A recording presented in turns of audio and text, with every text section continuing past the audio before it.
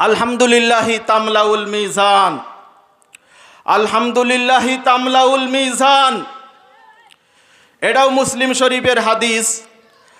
ওয়া সুবহানাল্লাহি আলহামদুলিল্লাহি তামলানে আও তামলাউ মা বাইনাস সামাওয়াতি ওয়াল আরদ, রাওয়াহু মুসলিম। মুসলিম শরীফের ভিতরে এই হাদিসটা আসছে যে আল্লাহ রব্বুল আলামিনের শুকরিয়া যখন আমরা আদায় করি তখন কি হয়, শুধুমাত্র যখন আমরা বলি আলহামদুলিল্লাহ, তার জন্য আল্লাহ রব্বুল আলামিন কি করেন, মিজানের দাড়িপাল্লা আমাদের পরিপূর্ণ করে দিবেন। বলেন সুবহানাল্লাহ। আলহামদুলিল্লাহ বলার কারণে কি হবে, তামলাউল মিজান, মিজান মানে দাড়িপাল্লা, যেটা আপনার আমার সবার দরকার হবে মৃত্যুর পরে। আল্লাহ রব্বুল আলামিন শুধুমাত্র আলহামদুলিল্লাহ বলার কারণে তামলাউল মিজান, এই মিজানের দাড়িপাল্লা পরিপূর্ণ করে দিবেন। তারপরে হাদিসের পরের অংশ হচ্ছে ওয়া সুবহানাল্লাহি আলহামদুলিল্লাহি তামলানে। সুবহানাল্লাহ এবং আলহামদুলিল্লাহ বললে কি হয়, পরিপূর্ণ করে দেওয়া হয় দুটি কি, আও তামলাউ মা বাইনাস সামাওয়াতি ওয়াল আরদ, আকাশ এবং জমিনের ভিতরে যত জায়গা আছে, যত স্পেস আছে, এই জায়গাটা আল্লাহ রব্বুল আলামিন নেকি দিয়ে পরিপূর্ণ করে দেন। বলেন সুবহানাল্লাহ। দেখছেন ইসলামিক ওয়াজ যশোর ইউটিউব চ্যানেল। আলহামদুলিল্লাহ, আলহামদুলিল্লাহি নাহমাদুহু ওয়া নাস্তাঈনুহু ওয়া নাস্তাগফিরুহু ওয়া নু'মিনু বিহি ওয়া নাতাওয়াক্কালু আলাইহি ওয়া নাউযু বিল্লাহি মিন শুরুরি আনফুসিনা ওয়া মিন সাইয়্যাতি আ'মালিনা। মান ইয়াহদিল্লাহু ফালা মুদিল্লা লাহু ওয়া মান ইউদ্লিলহু ফালা হাদিয়া লাহু। ونشهد أن سيدنا وسندنا وحبيبنا ومولانا محمد الذي أرسله بالحق بشيرا ونذيرا وداعيا إلى الله بإذنه سراجا منيرا. فقد قال الله تعالى في كلامه المجيد وفرقانه الحميد.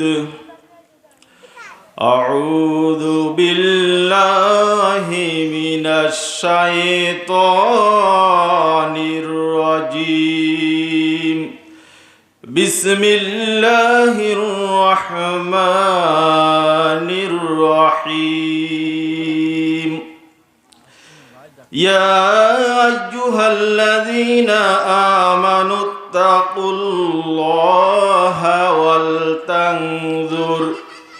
ولتنظر نفس ما قدمت لغد واتقوا الله إن الله خبير بما تعملون إلى آخر الآية. وعن شداد بن أوس رضي الله تعالى عنه عن النبي قال الكيس من دان نفسه وعمل لما بعد الموت والعاجز من أتبع نفسه هواها وتمنى على الله. رواه الترمذي ورواه ابن ماجه. إن الله وملائكته يصلون على النبي يا أيها الذين آمنوا صلوا عليه وسلموا تسليما. আমরা দুরুদ ইব্রাহিম পড়ি। আল্লাহুম্মা সাল্লি আলা মুহাম্মদ ওয়া আলা আলি মুহাম্মদ কামা সাল্লাইতা আলা ইব্রাহিম ওয়া আলা আলি ইব্রাহিম ইন্নাকা হামিদুম মাজিদ. اللهم بارك على محمد وعلى آل محمد كما باركت على إبراهيم وعلى آل إبراهيم إنك حميد مجيد. আলহামদুলিল্লাহ, ঐতিহ্যবাহী শেখপাড়া খানপুর নুরানি তালিমুল কুরআন হাফেজিয়া মাদ্রাসা ও যুব সমাজের উদ্যোগে ওয়াজ মাহফিল। আজকের মাহফিলে আমার পরে আলোচনা রাখবেন আমাদের হুজুরের ছাত্র। উনারা প্রথম ব্যাচে ছিল, আমরা একটু পরে ছিলাম। উনি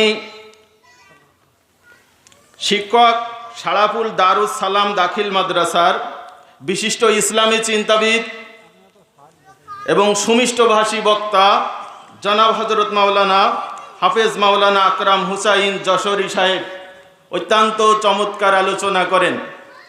এবং আজকের মাহফিলের প্রধান বক্তা হিসেবে থাকবেন সুমিষ্টভাষী মুফাসসিরে কুরআন, ইসলামী গবেষক ও আলোকিত বক্তা, বর্তমান সময়ের আলোড়ন সৃষ্টিকারী বক্তা জনাব হযরত মাওলানা মুফতি আব্দুল আল মামুন নিজামী গোপালগঞ্জ।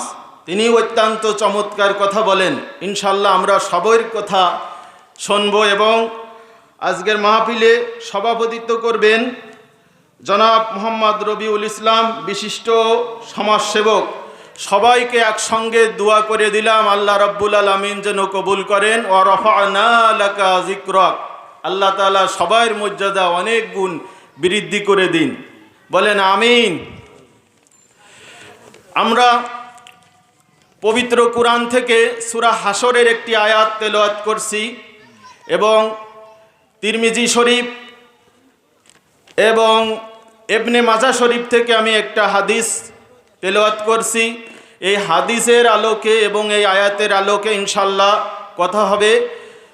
সময় যেহেতু খুব কম, বিস্তারিত ব্যাখ্যা করতে পারবো না, হালকা টাচ দিয়ে যাব।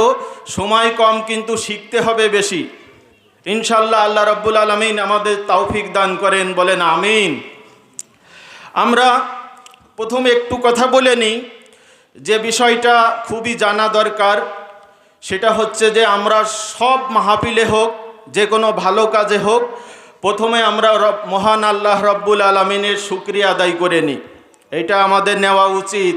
কারণ আল্লাহ রাব্বুল আলামিনের শুকরিয়া আদায় না করলে, আল্লাহ রাব্বুল আলামিনের নিয়ামতের স্বীকার না করলে আমরা কঠিন গুনাহগার হয়ে যাব এবং আমাদের মাহফিলের বরকত নষ্ট হয়ে যাবে। এজন্য আমরা মহান আল্লাহ রাব্বুল আলামিনের দরবারে প্রথমেই শুকরিয়া আদায় করব, যিনি হচ্ছেন বিশ্বজগতের প্রতিপালক।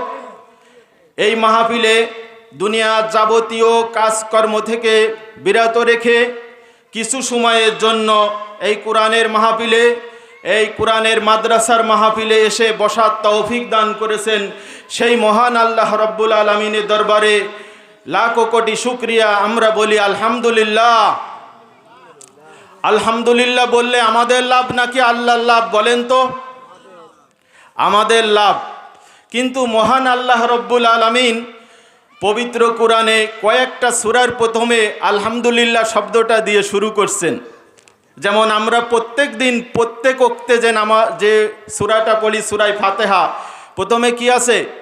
আলহামদুলিল্লাহি রাব্বিল আলামিন। আল্লাহ রাব্বুল আলামিনই, আল্লাহ রাব্বুল আলামিনের কোরআন, তার প্রশংসা দিয়ে শুরু করছেন। সূরা আনামের প্রথমে আলহামদুলিল্লাহ দিয়ে শুরু হয়েছে, সূরা কাহাফের প্রথমেও আলহামদুলিল্লাহ দিয়ে শুরু হয়েছে। তাহলে আলহামদুলিল্লাহ আমাদেরকে অবশ্যই বলতে হবে। আমরা অনেক সময় দেখি যে যখন ভালো খাবার দাবার খাই আমরা, তখনই আল্লাহ শুকরিয়া আদায় করি আলহামদুলিল্লাহ। না ভাইরা, এটা করা যাবে না। আপনার ভাগ্যে আল্লাহ রাব্বুল আলামিন যেমনই রিজিক দান করেছেন, ওই খাওয়ার পরেই বলতে হবে আলহামদুলিল্লাহ। কারণ আল্লাহ রাব্বুল আলামিনের প্রশংসা ছাড়া আমরা একটু টাইমও বেঁচে থাকতে পারবো না। আল্লাহ রাব্বুল আলামিন বলেন সূরা ইব্রাহিমের 7 নম্বর আয়াত, লাইন শাকারতুম লাযিদান্নাকুম ওয়া লাইন কাফারতুম ইন্না আযাবি লাশাদীদ। আল্লাহ রাব্বুল আলামিন বলছেন, বান্দারা, লাইন শাকারতুম, যদি তোমরা আমার শুকরিয়া আদায় করো, আমার কৃতজ্ঞতা স্বীকার করো, তাহলে আমি অবশ্যই অবশ্যই লাযিদান্নাকুম, দুইটা তাকিদ দিয়েছেন আল্লাহ রাব্বুল আলামিন, লামে তাকিদ এবং নুনে তাকিদ, দুইটা তাকিদ দিয়ে আল্লাহ রাব্বুল আলামিন বলে দিয়েছেন যে লাযিদান্নাকুম, অবশ্যই অবশ্যই আমি তোমাদের নিয়ামতের শুকরিয়া বাড়িয়ে দেব। বলেন আলহামদুলিল্লাহ। আল্লাহ রাব্বুল আলামিনের শুকরিয়া এই জন্য আদায় করতে হবে, যদি আমরা আদায় না করি তাহলে কি হবে? আল্লাহ রাব্বুল আলামিন বলছে ওয়ালা ইন কাফারতুম, যদি তোমরা শুকরিয়া আদায় না করো, নাফরমানি করো, আমার কৃতজ্ঞতা স্বীকার না করো, তবে জেনে রাখো ইন্না আযাবি লাশাদীদ, আমার আযাব অত্যন্ত কঠিন, আমার ভয়ঙ্কর আযাব রয়েছে তোমাদের জন্য। এই জন্য আল্লাহ রাব্বুল আলামিনের শুকরিয়া আমরা অবশ্যই অবশ্যই আদায় করব। আল্লাহ রাব্বুল আলামিনের শুকরিয়া আদায় করব না আমরা ভাইয়েরা, কার শুকরিয়া আদায় করব? কে আছে শুকরিয়া আদায় করার মতো? আল্লাহ রাব্বুল আলামিনের দেখেন হাদিসের ভিতরে নিয়ে যায় একটু। ওয়ান আবি হুরায়রা রাদিয়াল্লাহু আনহু قال قال رسول الله صلى الله عليه وسلم من صلى علي واحدة صلى الله عليه عشرا رواه মুসলিম। মুসলিম শরীফের একটা হাদিস, হযরত আবু হুরায়রা রাদিয়াল্লাহু, প্রধান মুহাদ্দিস, যিনি পুরুষদের ভিতরে সবচেয়ে বেশি হাদিস বর্ণনা করেছেন, হযরত আবু হুরায়রা রাদিয়াল্লাহু রাসূল সাল্লাল্লাহু আলাইহি সাল্লাম থেকে হাদিস বর্ণনা করছেন যে আমরা যখন এই হাদিসটার আগে আরেকটু কথা আমরা বলি, আর একটা হাদিস নিয়ে আসি, তাহলে আমাদের বুঝতে আরো সহজ হবে। আলহামদুলিল্লাহি তামলাউল মিজান, আলহামদুলিল্লাহি তামলাউল মিজান, এটাও মুসলিম শরীফের হাদিস। ওয়া সুবহানাল্লাহি আলহামদুলিল্লাহি তামলানে আও তামলাউ মা বাইনাস সামাওয়াতি ওয়াল আরদ, রাওয়াহু মুসলিম। মুসলিম শরীফের ভিতরে এই হাদিসটা আসছে যে আল্লাহ রাব্বুল আলামিনের শুকরিয়া যখন আমরা আদায় করি তখন কি হয়?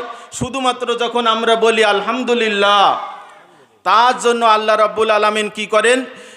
মিজানের দাড়িপাল্লা আমাদের পরিপূর্ণ করে দিবেন। বলেন সুবহানাল্লাহ।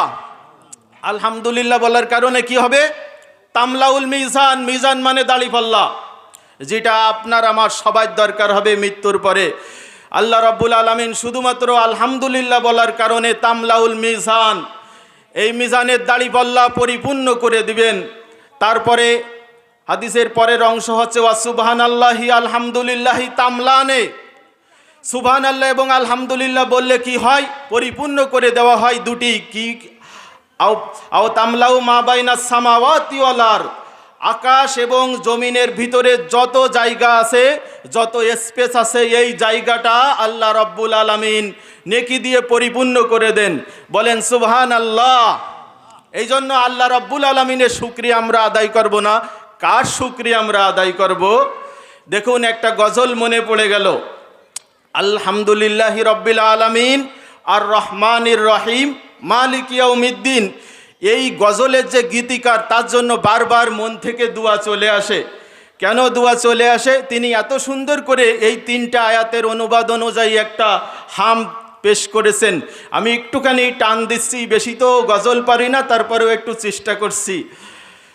প্রশংসা সবই কেবল তোমারি, প্রশংসা সবই কেবল তোমারি, রব্বুল আলামিন দয়াল মেহেরবান করুণায় অফুরান, দয়াল মেহেরবান করুণায় অফুরান, আর কেহ নেই তুমি মালিক, শেষ বিচারের দিন, শেষ বিচারের দিন। দেখুন কি সুন্দরভাবে আল্লাহ রাব্বুল আলামিনের প্রশংসা করছে। প্রশংসা সবই কেবল তোমারই, মানে আলহামদুলিল্লাহি রাব্বিল আলামিন। আমরা অনেকে এটা বুঝি না, আমি একটুখানি টাচ দিই, যারা আলেম আছে একটু খেয়াল করবেন যে আলহামদুলিল্লাহি রাব্বিল আলামিন, আমরা এর অর্থ কি করি? প্রশংসা সেই আল্লাহ রাব্বুল আলামিনের জন্য যিনি সমগ্র বিশ্বজগতের প্রতিপালক। এখানে আলহামদুলিল্লাহ বলার সময় আমরা কিন্তু সমগ্র শব্দটা পাচ্ছি না। জামিউল হামদ মানে হচ্ছে সমস্ত প্রশংসা, কিন্তু এখানে দেখেন কোথাও নেই। কিন্তু আমরা অর্থ করার সময় কি বলি? সমস্ত প্রশংসা আল্লাহ রাব্বুল আলামিনের দরবারে। এই আলহামদুলিল্লাহর প্রথমে যে আল শব্দটা রয়েছে এটা আলিফ লামে ইস্তেগরাকি, এই জন্য এর অর্থ হয় সমস্ত প্রশংসা। একটু খেয়াল করবেন, ইনশাল্লাহ এটা আমরা বুঝে যাব। এই জন্য এখানে প্রশংসার আরবি না থাকার পরেও আমরা অর্থ করি যে সমস্ত প্রশংসা মহান আল্লাহ রাব্বুল আলামিনের দরবারে।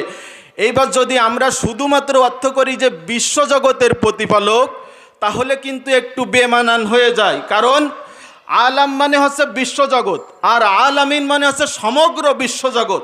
তাহলে আমরা যখন অর্থ করব একটু খেয়াল করব যে প্রশংসা সেই মহান আল্লাহ রাব্বুল আলামিনের দরবারে, যিনি হচ্ছেন সমগ্র বিশ্বজগতের প্রতিপালক।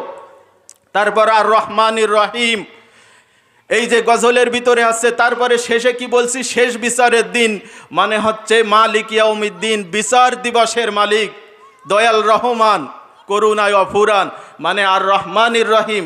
মন থেকে যেন দুয়া চলে আসে। এই গজলটা যখন শুনি তখন এই আয়াত তিনটার সঙ্গে একদম পুরোপুরি মিলে যায়। আল্লাহ রাব্বুল আলামিনের প্রশংসা এই জন্য করতে হবে।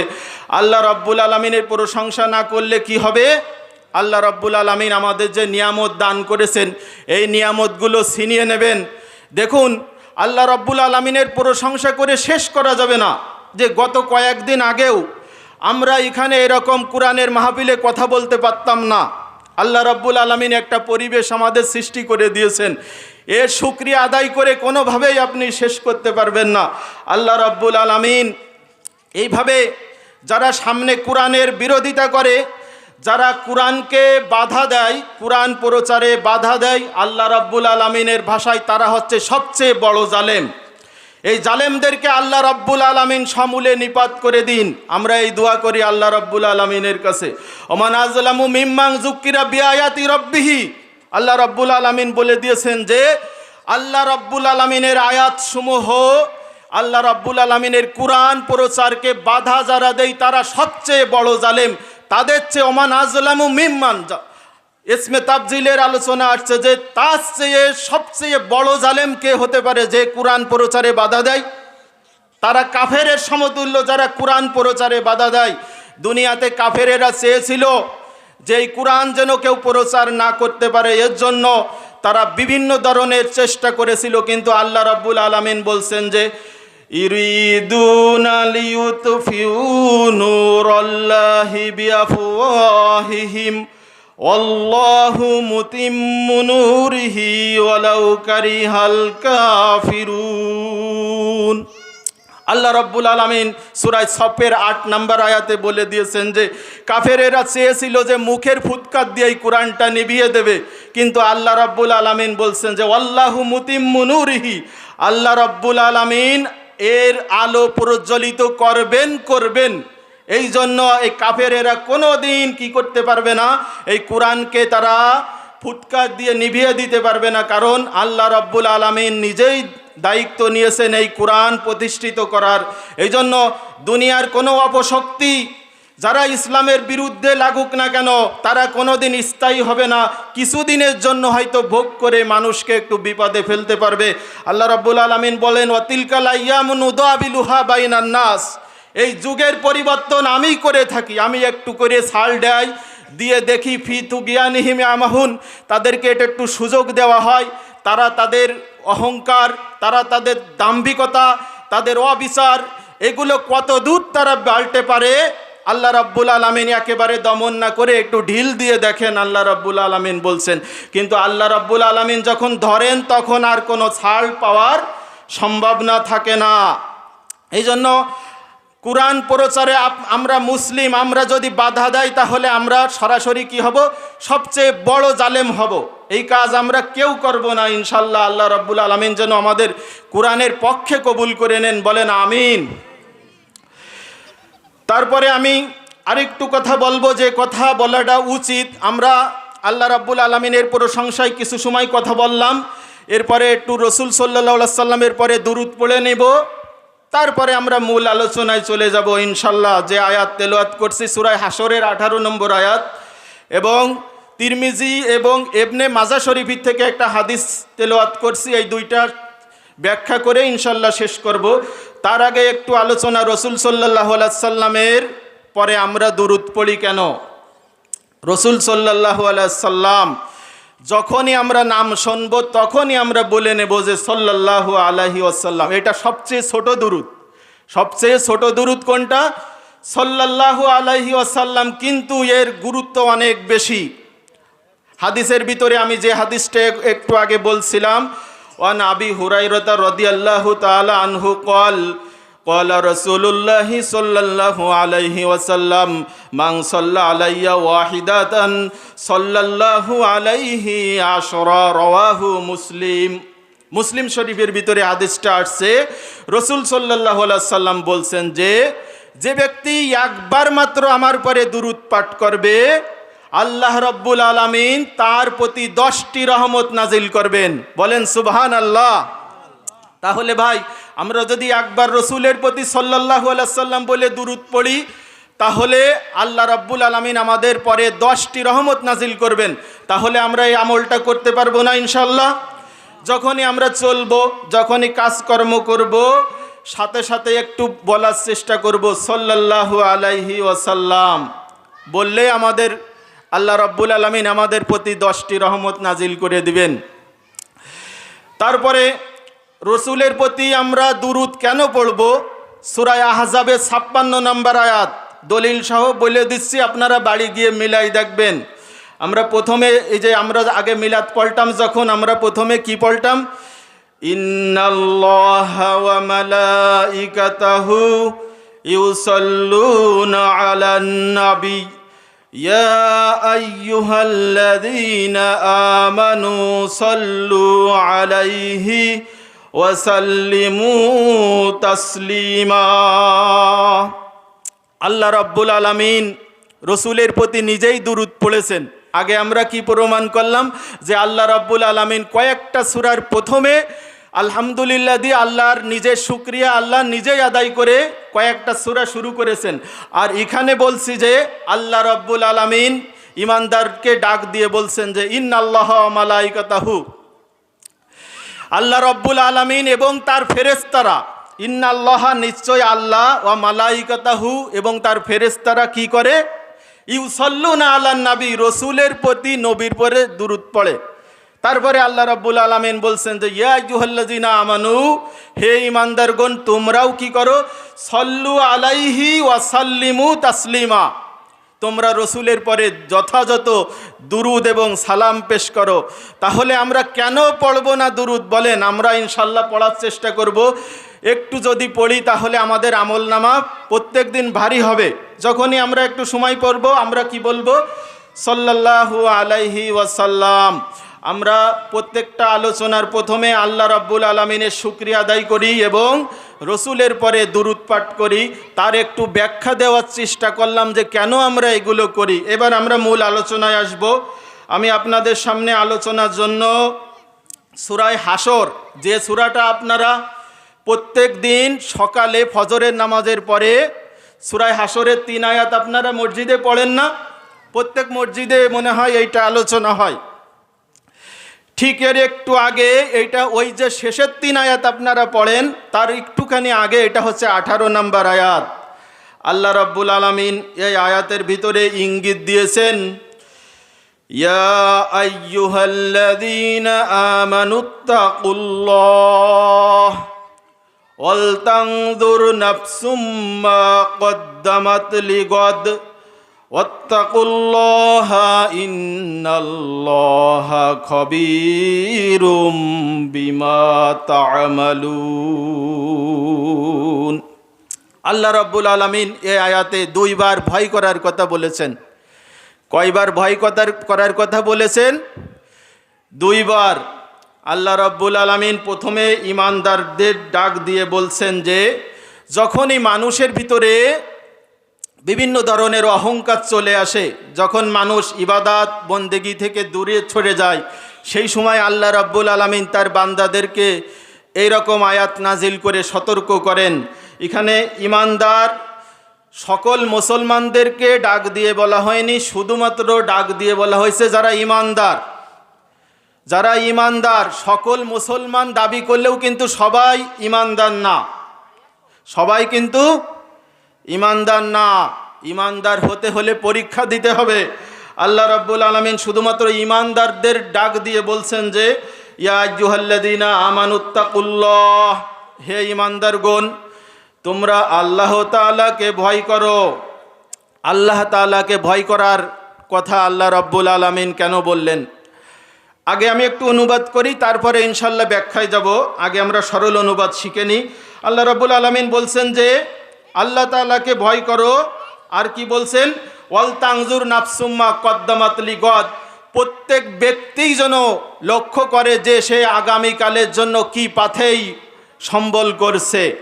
আবার আল্লাহ রাব্বুল আলামিন বলছেন যে ওয়াত্তাকুল্লাহ, আল্লাহ তাআলাকে ভয় করো। ইন্নাল্লাহা খবীরুম বিমা তা'মালুন, কেননা আল্লাহ রাব্বুল আলামিন দুনিয়ায় তোমরা যা করো সব বিষয়ে আল্লাহ রাব্বুল আলামিন জানেন। এই জন্য আল্লাহ তাআলাকে ভয় করতে হবে। এবং হাদিসের অনুবাদটা এইরকম যে রসুল সাল্লাল্লাহু আলাইহি সাল্লাম শাদ্দাদ বিন আউস, রসুল সাল্লাল্লাহু আলাইহি সাল্লামের একজন জলিলুল কদর সাহাবী, তিনি রসুল সাল্লাল্লাহু আলাইহি সাল্লাম থেকে এই হাদিসটা বর্ণনা করছেন। তিনি বলেন যে আল কাইয়িসু মান দানা নাফসাহু ওয়া আমিলা লিমা বাদাল মাউত। রসুল সাল্লাল্লাহু আলাইহি সাল্লাম বলেছেন ওই দুই ব্যক্তি বুদ্ধিমান। ভালো করে মনে রাখবেন, ওই দুই ব্যক্তি বুদ্ধিমান। কোন দুই ব্যক্তি? আল কাইয়িসু মান দানা নাফসাহু, যে তার নিজের নাফসকে নিয়ন্ত্রণ করে, এই এক ব্যক্তি। যে নিজের নাফসকে নিয়ন্ত্রণ করে এই ব্যক্তি হচ্ছে বুদ্ধিমান। আর কোন ব্যক্তি বুদ্ধিমান? ওয়া আমিলা লিমা বাদাল মাউত, আর যে মৃত্যু পরবর্তী জীবনের জন্য আমল করে যায় সেই হচ্ছে বুদ্ধিমান। এবং রসুল সাল্লাল্লাহু আলাইহি সাল্লামের পরের অংশে বলছেন যে ওয়ালা আজিসু মান আতবা নাফসাহু হাওয়াহা ওয়া তামান্না আলাল্লাহ, আর ওই ব্যক্তি হচ্ছে নির্বোধ। ওই ব্যক্তি হচ্ছে নির্বোধ যে ব্যক্তি কি করে? নাফসের গোলামি করে, নাফসে যা বলে তাই শোনে। আর কি করে? সারা জীবন অন্যায় অশ্লীল কাজকর্ম করে, ভালো কাজের কোনো আশেপাশেই যায় না। আবার আল্লাহ রাব্বুল আলামিনের কাছে বিরিথা আশা করে যে ওয়াতামান্না আলাল্লাহ, আল্লাহর কাছে আশা করে যে আমাকে জান্নাতে না দিলে আল্লাহ কাকে জান্নাতে দেবে? জান্নাতের সংখ্যা তো একটা বাড়ানো হয়েছে 8টা, আর জাহান্নাম তো 7টা। এই বিরিথা আশা করে, অথচ কোনো ভালো কর্মর কিছুই আঞ্জাম দেয় না, আবার জান্নাতের আশা করে। রসুল সাল্লাল্লাহু আলাইহি সাল্লাম বলছেন ওই ব্যক্তি সবচেয়ে নির্বোধ, যে কোনো কাজকর্ম করে না জান্নাতে যাওয়ার জন্য, তারপরেও সে জান্নাতে যাওয়ার জন্য আশা করে বসে থাকে। হাদিসটা কোথায় আছে বললাম? তিরমিজি শরীফে রয়েছে এবং ইবনে মাজাহ শরীফে এই হাদিসটা রয়েছে। এটা হচ্ছে আমি শাব্দিক অনুবাদ বললাম, এবার একটু ব্যাখ্যায় যাব ইনশাল্লাহ। আল্লাহ রাব্বুল আলামিন বলছেন যে ইয়া আইয়ুহাল্লাযীনা আমানুত্তাকুল্লাহ, আল্লাহ তাআলাকে ভয় করতে হবে, তাকওয়া অবলম্বন করতে হবে। কারণ ক্ষুধাভীতি যারা বান্দা, যারা আল্লাহ রাব্বুল আলামিনের মুত্তাকি বান্দা, এরাই একমাত্র জান্নাতের বাসিন্দা হবে। যারা আল্লাহ রাব্বুল আলামিনকে ভয় করে এরাই একমাত্র জান্নাতে যাবে। তাই ছাড়া সন্ত্রাস, বাটপার, যত ধরনের অন্যায়কারীরা আছে এরা জান্নাতের আশেপাশেও যেতে পারবে না। অনেকের মন খুশি হতে, অনেকে অখুশি হতে পারেন। অখুশি হলে করার কিছু নেই, তবে রাস্তা একটা আছে, সেটা আমিও বলে দিচ্ছি। সারা জীবন অন্যায়, অবিচার, জুলুম, নির্যাতন করে আসছি। এখন নিজের কাছে নিজেকে পরিচয় দিতে লজ্জা করে যে আমি কি করে আসছি।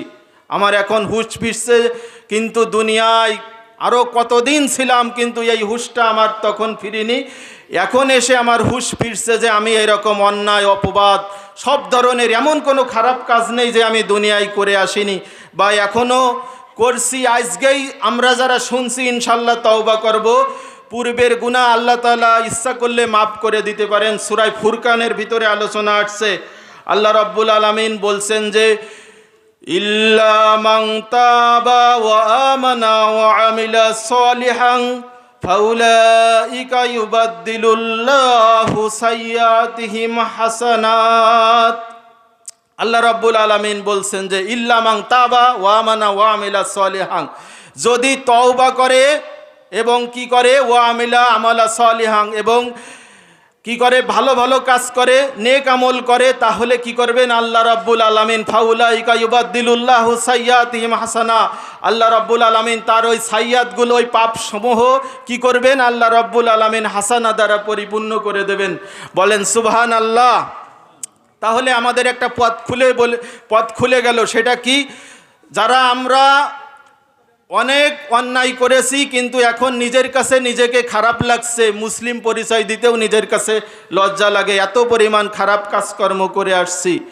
এখন কি করব? আল্লাহ রাব্বুল আলামিনের কাছে আল্লাহ রাব্বুল আলামিন একটা পথ খোলা রাখছেন, সেটা হচ্ছে খালেস নিয়তে তওবা করতে হবে, আর ভালো ভালো কাজ করতে হবে, আমলে সলে করতে হবে। তাহলে আপনার পূর্বে যে গুনাহগুলো আপনি করেছেন, ওই গুনার বিনিময়ে আল্লাহ রাব্বুল আলামিন সওয়াব দিয়ে আপনার পরিপূর্ণ করে দেবেন। এইটা একটা পথের কথা আমি বললাম। এখন যে বিষয় আমরা কথা বলছিলাম, তাকওয়ার বিষয়। তাকওয়াটা কেমন, আমি যেহেতু আমার সিটি দিয়ে দিয়েছে, তারপরেও আমি একটু চেষ্টা করছি বলার জন্য। রসুল সাল্লাল্লাহু আলাইহি সাল্লাম সবচেয়ে বেশি তাকওয়াবান ছিলেন। তারপরে কারা ছিলেন? তার খলিফারা। আপনাদের আমি একটা সহজ সংজ্ঞা শিখাই দিচ্ছি।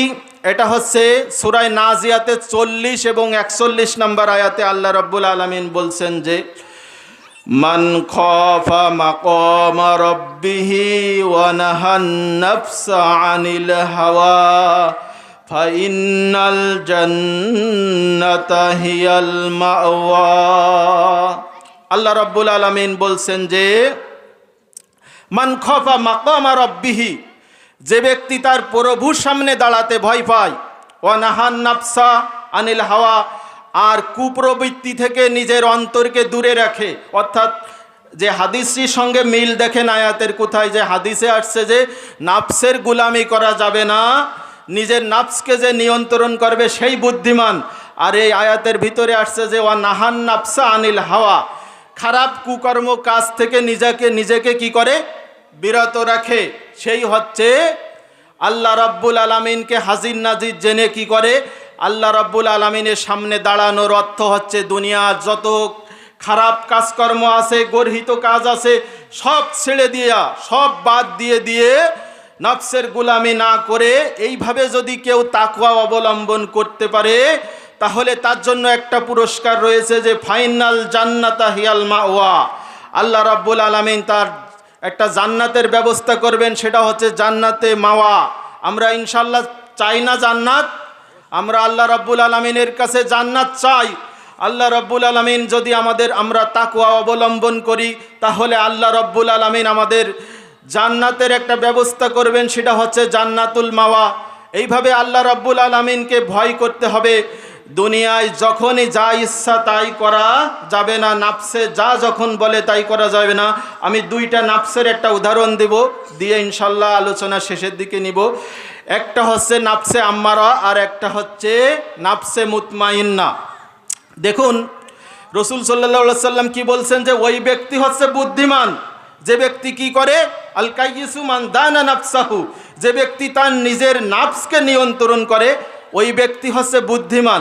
অর্থাৎ যখন যা ইচ্ছা নাফসে একটা খারাপ কাজ করতে বলছে, ওইটা করা যাবে না, ওইটা থেকে বিরত থাকতে হবে, তাহলে আপনি বুদ্ধিমান হবেন।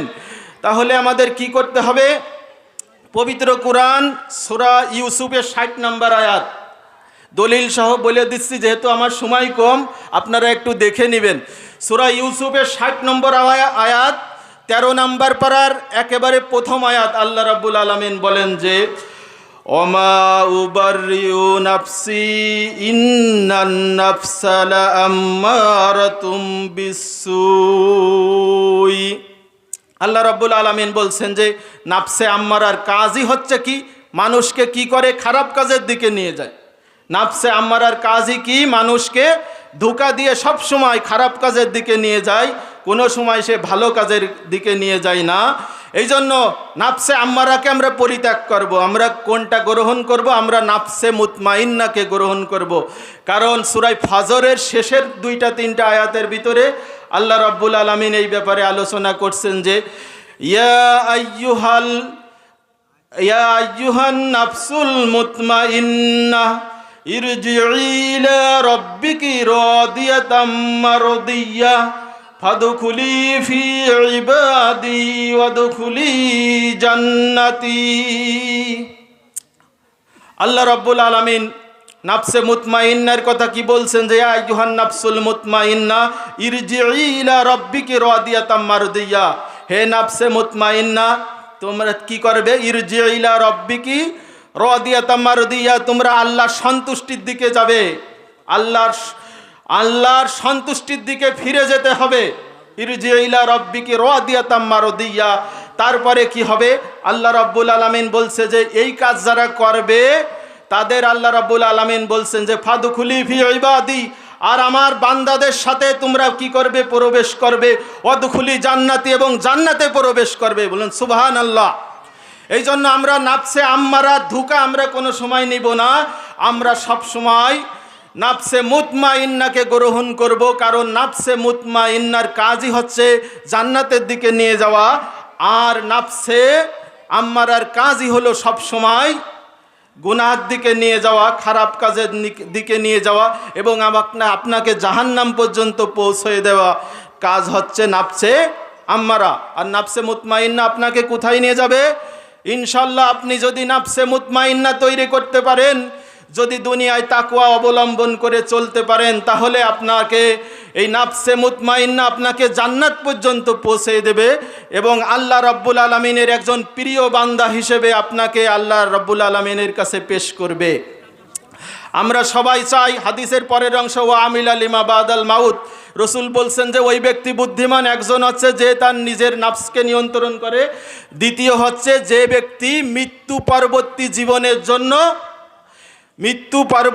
জীবনের জন্য যে পাথেয় সম্বল করে সেই হচ্ছে বুদ্ধিমান।